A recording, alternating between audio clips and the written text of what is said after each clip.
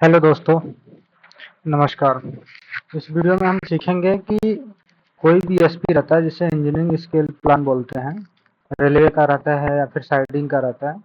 वो हमको मिलता है अगर साइड पे काम करना रहता है या फिर देखना रहता है कि उसमें कहाँ पे पॉइंट डले हैं और कहाँ से कहाँ तक ये ट्रैक गया है, अलाइनमेंट क्या रहती है। तो इसको इस तरह से हमारे पास एसपी रहती है। यहाँ पे आपका मैंने डिलीट कर दिया प्राइवेसी के लिए। यहाँ पे नेम ऑफ वर्क रहता है, प्रोजेक्ट नेम रहता है। यहाँ पे अगर साइडिंग का है तो कंसल्टेंट और क्लाइंट का नाम रहता है। ये एक सीमेंट प्लांट का है ईएसपी, तो यार्ड का है। तो यहाँ पे इस तरह डिटेल रहता है, नहीं तो रेलवे से डायरेक्ट रहता है जो कंस्ट्रक्शन में रहता है। तो इस तरह से क्लाइंट और उसका कंसल्टेंट का कुछ नहीं रहता है इसमें। यहाँ पे हम देखते हैं प्लांट के अंदर से, यहाँ पे एक टेक ऑफ लिया हुआ है और इसको इन्होंने 0 चैनल लिया है। यहाँ पे टेक ऑफ पॉइंट ऑफ, ये प्लांट का नाम नहीं लिखा मैंने, यहाँ पे चैनल 0 लिया। और यहाँ से जहाँ से मेन स्टेशन से टेक ऑफ लिया है रेलवे से, वहाँ से चैनल दिया हुआ है। अब यहाँ पे आप देखेंगे, यहाँ पे एक लीड लाइन आ रही थी जो मेन लाइन वहाँ से आ रही थी, वहाँ से पहला टेक ऑफ लिया है इसने 8 and 5 का पॉइंट है ये। यहाँ से 2 ट्रैक हो गया है। यहाँ पे मोशन वे ब्रिज है जो लोडिंग वैगन जाते हैं या फिर आते हैं उसका अग्रीमेंट करता है। यहाँ पे इस तरह से आप देखेंगे ये कर्व यहाँ से चालू हुआ है। यहाँ पे इसका सिंबल बना है, TP1 चैनल लिखा हुआ है। यहाँ पे कर्व नंबर C11 C12 लिखा हुआ है, तो इसका डिस्क्रिप्शन यहाँ पे लिखा है। कर्व 11 लेफ्ट हैंड कर्व, यहाँ पे डिफ्लेक्शन एंगल है, रेडियस है, टेंजेंट लेंथ है, लेंथ ऑफ कर्व है, ट्रांजिशन लेंथ नील लिया हुआ है। कर्व के दोनों साइड में ट्रांजिशन लेंथ लिया जाता है। अगर स्पीड ज़्यादा रहती है, इस पे स्पीड 15 kmph की है तो यहाँ पे चल सकता है, लेकिन अगर आगे पीछे स्पेस रहता है हमारे पास तो प्रोवाइड कर देते हैं ट्रांजिशन लेंथ।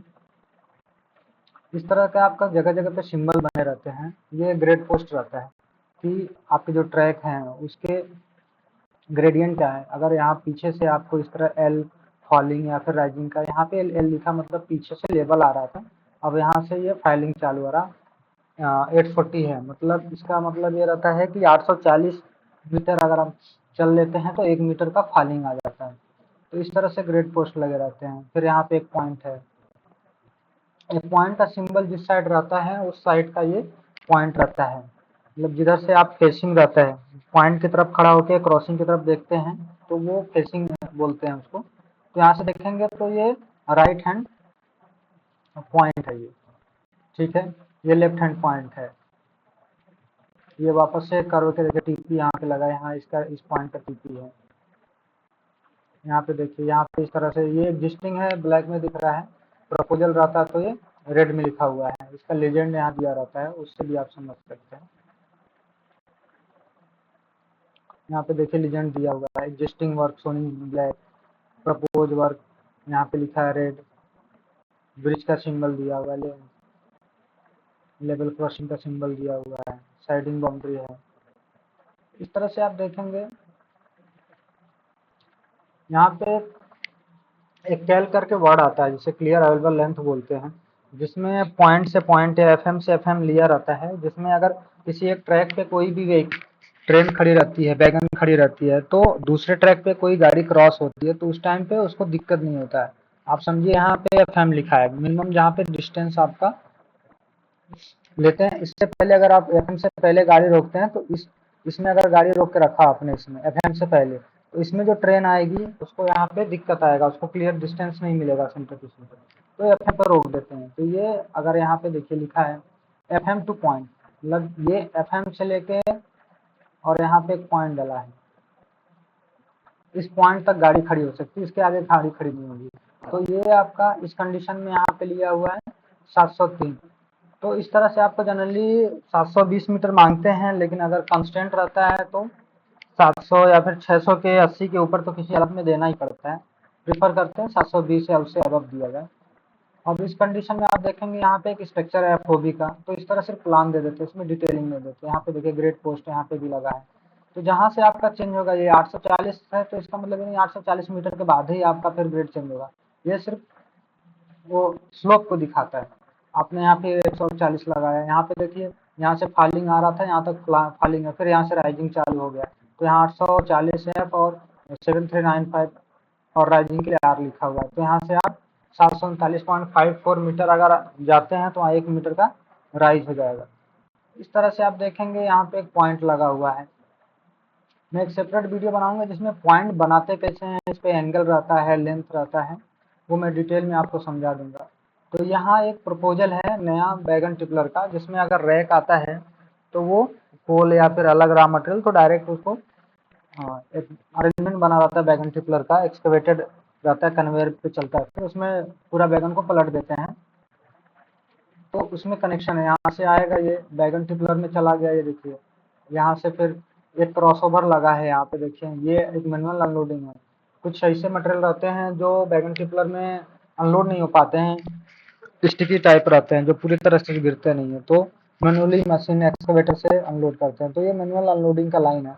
तो इसमें क्या होता है कि अगर साइडिंग में तो गाड़ी आती है, यहाँ तक छोड़ देती है, बाकी इसमें प्लांट के अंदर से जो लोकोमोटिव रहते हैं, डीजल इंजन रहता है, तो वो फिर आगे पीछे करता है और यहाँ पे आएगा इंजन, वहां से या इसमें आके फिर वापस से इससे वो बाहर निकल जाएगा और बैगन को छोड़ देगा। फिर आप प्लांट के अंदर से जो इंजन है उससे आप अनलोड करते हैं। प्लेटफॉर्म बनाया हुआ है कि उस पर गाड़ी को रख कर अनलोड करें। यहाँ पे लिखा होगा मैनुअल अनलोडिंग लाइन, कैल लिखा है 720 पॉइंट और पोस्ट टिपलर लाइन, और टिपलर के बाद की लाइन को पोस्ट टिपलर बोलते हैं, और टिपलर से पहले प्री टिपलर बोल दिया। लास्ट में यहाँ डेड एंड है, इस लाइन का डेड एंड यहाँ पे है। अब यहाँ पे देखेंगे आप, तो यहाँ पे एक साइलो है। साइलो में जनरली लोडिंग होता है क्लिंकर या फिर अलग जो भी प्लांट डिस्पैच कर रहा है मटेरियल। तो यहाँ पे इस तरह से दो दो साइलो लगे हुए हैं। तो आप देखेंगे इसमें भी लाइन आ रही है, ये यहाँ से जाके, और यहाँ पे भी सेम क्रॉसओवर डाला हुआ है। तो इस कंडीशन में यहाँ तक लाएगी कोई भी जो रेलवे की इंजन रहेगा, और यहाँ से वहाँ पे छोड़ के फिर इंजन इस लाइन में आ जाएगी क्रॉसओवर को लेकर, फिर यहाँ से रिटर्न हो जाएगी। बाकी जो इनके इंजन रहेंगे वो आगे पीछे करके लोडिंग करते रहेंगे। यहाँ से लोड हो जाता है इंजन तो वैगन को लोड कर लेता है। तो रेलवे का अगर इंजन आ गया तो ठीक, नहीं तो जो प्लांट के इंजन रहते हैं वो पेमेंट करा लेते हैं। इस तरह से मोशन वे ब्रिज रहने रहते हैं, तो वहाँ पे पेमेंट हो जाता है। जो प्राइस कनेक्टिविटी रहता है रेलवे को मिल जाता है उसका कितना रेट है करके, उस हिसाब से वो पेमेंट लेते हैं उसका। तो इस तरह के अरेंजमेंट रहते हैं। यहाँ कर्व है, कर्व के यहाँ से अल्ट्रेशन हुआ, कर्व बदला है तो वापस से यहाँ पे देखिए डिटेलिंग करा हुआ है। तो हर एक कर्व के यहाँ पे डिटेलिंग किया है। यहाँ पे एक चेंज लगे हुए हैं, पॉइंट हमने बदला है। इस तरह से आपका, अगर आपको इसमें कुछ डाउट है तो वीडियो में कमेंट करें, हम समझाने की पूरी कोशिश करेंगे। यहाँ पे इस तरह से कलवट है उसका, इसका सिंबल लगा हुआ है, ये देखिए ग्रेडियंट चेंज हो रहा है, फाल लेवल से फॉलिंग हुआ है, फिर फॉलिंग, फिर राइजिंग हुआ है। तो यहाँ तक देखेंगे लास्ट तक फिर राइजिंग में ही है। यहाँ देखिए इस तरह से ईएसपी को देखते हैं, सारे पॉइंट को, कौन से पॉइंट कहाँ से कहाँ तक जा रहा है, एक सिंगल लाइन का कितना केएल है, तो वो क्लियर लिखा रहता है। जैसे यहाँ पे देखेंगे इसका आरएनडी लिखा है, रिसेप्शन एंड डिस्पैच लाइन, यहाँ पे FM2 पॉइंट। तो यहाँ पे देखिए FM, ये ट्रैप पॉइंट बोलते हैं, इसे डीएस बोलते हैं, ड्रिलिंग स्विच। अगर कोई गाड़ी आ रही है और आपने स्टेबल करके रखा, रोल हो गया, तो उस कंडीशन में एक्सीडेंट ना हो, तो यहाँ पे इसको ओपन कर देते हैं तो गाड़ी गिर जाती है।